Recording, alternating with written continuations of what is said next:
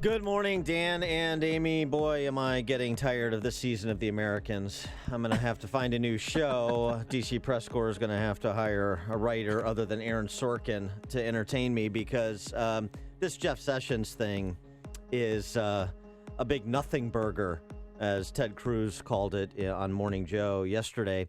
Here's Jeff Sessions, press conference he held yesterday, addressing the Washington Post report, addressing the meetings with the Russian ambassador that he had, one kind of a chance meeting at a Heritage Foundation reception at the convention, so it wasn't really a formal meeting. The other, a formal meeting in his Senate office at the request, Sessions said, of the Russian ambassador Kiselak.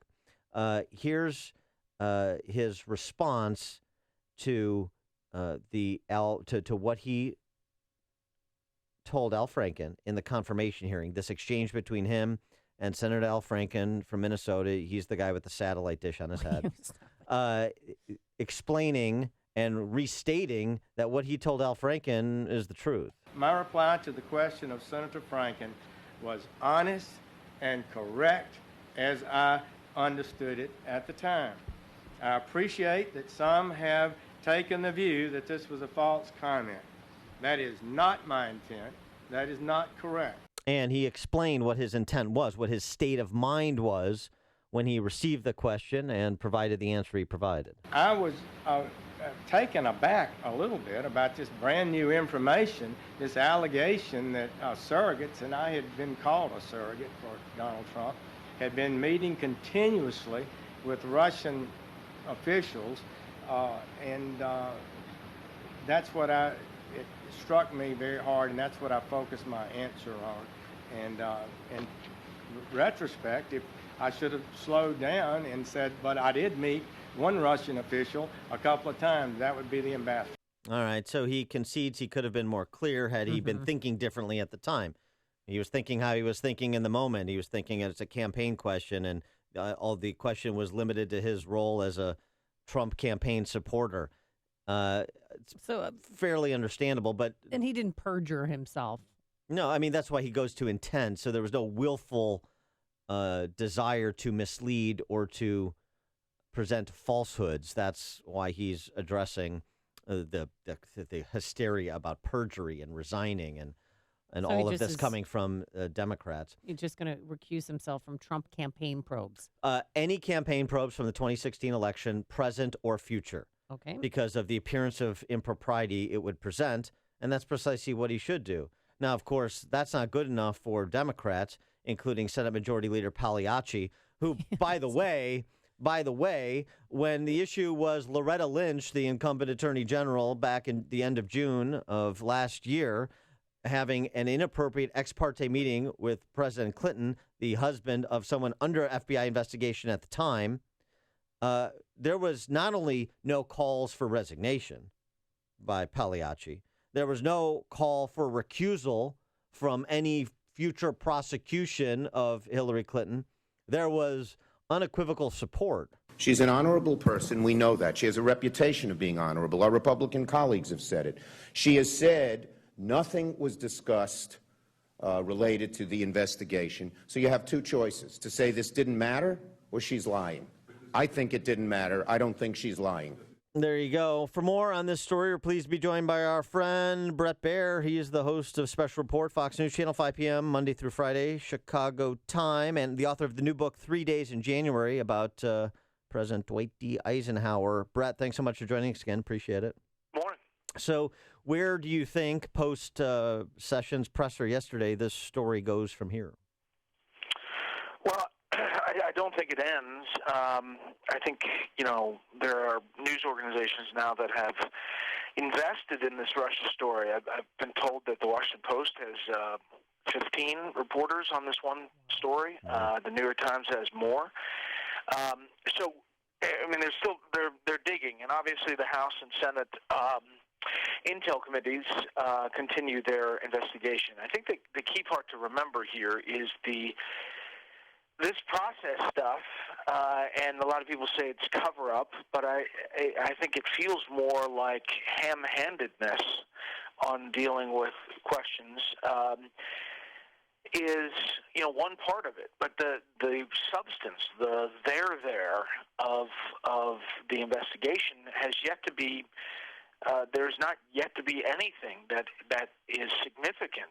And Paul Ryan out yesterday saying, the last intel, the DNI Clapper and CIA Director Brennan did a scrub of all of this, all of these questions, November and December, classified briefings for lawmakers. And in that briefing, they said there was no evidence of collusion, cooperation, or communication with the Russians beyond Mike Flynn dealing with the Russian ambassador. Yeah, and I don't think the Democrats are giving up. I mean, this morning there's information that Sessions' RNC trip was paid with campaign funds, not Senate funds, which they say means that he met with the Russian ambassador as a Trump surrogate. You hearing similar information? I mean, is this just grasping at straws, or is this a witch hunt? I'm telling you, this is like a triple bank shot to get into the corner pocket. And if meeting with ambassadors suddenly becomes an illegality in Washington, you're going to have a lot of people facing a lot of time. Well, actually, that may be an argument for it, though. Yeah, I don't know. I mean, I think that this is a dangerous game that they're playing because it goes both ways. And ambassadors are here. Who knows? There's all these stories about how this guy is a spy creator. This and a recruiter. Yeah, recruiter, and he can turn people. He would have met with a lot of Democrats too, so you'd have to question their turning as well. Well, I think he turned Claire McCaskill because she was so turned she forgot she met with him. Yeah, that was quite something. The tweet she puts out that was adamant. I never, ever met with or called a Russian ambassador, and then 5 minutes later a picture shows up on Twitter with her meeting with the Russian ambassador, and then she said she ran out of characters on Twitter. So she forgot to say one-on-one with the Russian ambassador. And this is why senators have staff members. I mean, seriously, they should. This is not. You shouldn't use Twitter as a press release or part of diplomacy. That's why you have press releases. Now, I've watched The Americans, Bret, so I think I know where this goes. You may want to get ahead of this. Today, Kiselak, because he controls Claire McCaskill, he's going to have her call on herself to resign. So you may want to just jump the story. Watch that closely. Yeah, watch that closely. Yeah. Here's the thing as well, and this Wall Street Journal made this point today. This New York Times story this week about the Obama administration running an intel operation on the Trump campaign, that there was surveillance of Trump associates, and the question, and also executive orders that allow NSA to share raw intercepts. This became an issue with the whole Flynn contretemps. Intercepts and data with the other agencies in the intelligence community. And so you start to have this parallel story of what exactly is going on within the so-called deep state with respect to the Trump administration. Is there some purposeful effort? I don't want to get into conspiracy theories, but there is some suggestion there's a purposeful effort coming from Langley to undermine this president. I mean, I think it's a legitimate question. A legitimate question about what the Obama administration set up before it left and what's happening now, kind of in the deep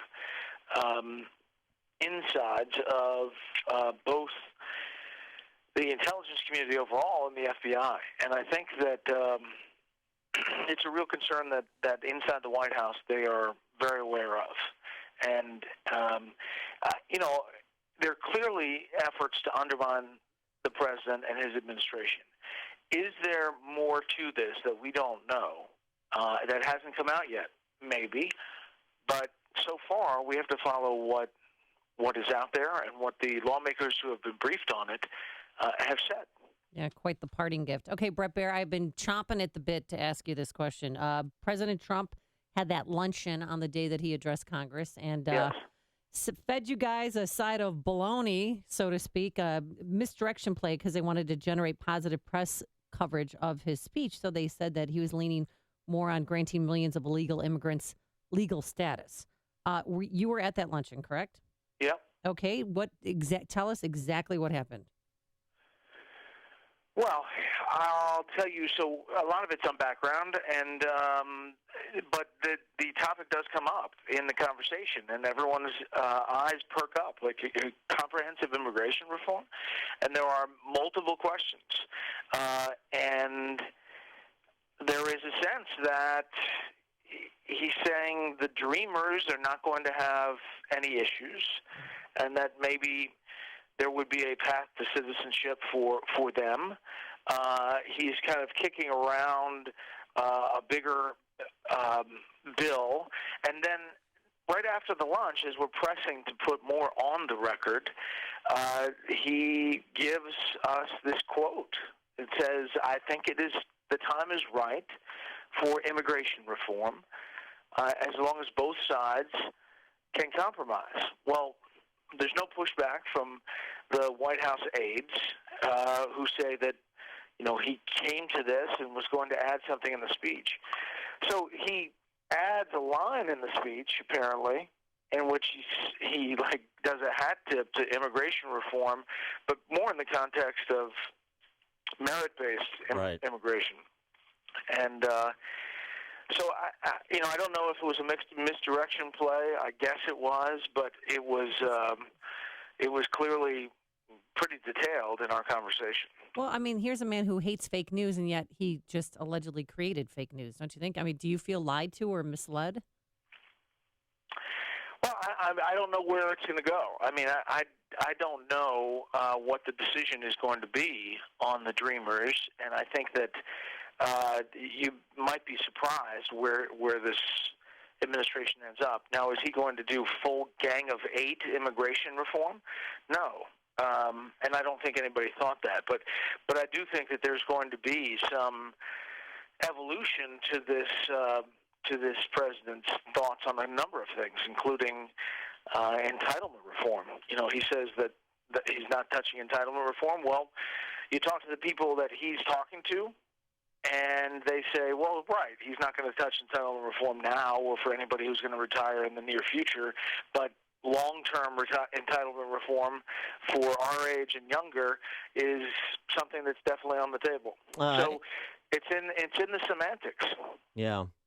In the short term, there's quite a bit of restlessness about Obamacare replace. He made a definitive statement in his address on Tuesday night, of course. But what's your sense of the chances for this to come together, as Paul Ryan and Donald Trump are both suggesting it will, in the next couple of weeks, such that Republicans in both chambers can move on this in addition to what's going to be done through reconciliation? Yeah, I think they've got a heavy lift here. I really do. And you're going to see, I mean, you've already seen the stunt yesterday of Senator Rand Paul bringing his copier down to try to get a copy of what the bill looks like now, and they won't give it to him, so they have to cart his copier back to the Senate side. I think that you're going to have the main issue here is that in the short term, these insurance companies are taking it on the chin so heavily that in order to keep them in the stable, they're going to have to be paid. And in order to do that, you're going to have to give them money. And it's not something that Republicans are going to like at all. And I'm not sure how they get around it. And you're going to have budget hawks that are going to squawk, and you're going to have real dissension, I think. I just don't know how you get all the Republicans on the same page. But we'll see. He is Bret Baier, anchor special report, weekdays 5 p.m. Chicago time on Fox News, of course. And go pick up his new book about Dwight D. Eisenhower, 3 Days in January. Bret, thanks so much for joining us. Appreciate it. We could use an Ike now and then. Yeah, there you go. All right. Thanks, Bret. Yeah, he joined us on our turnkey.pro answer line.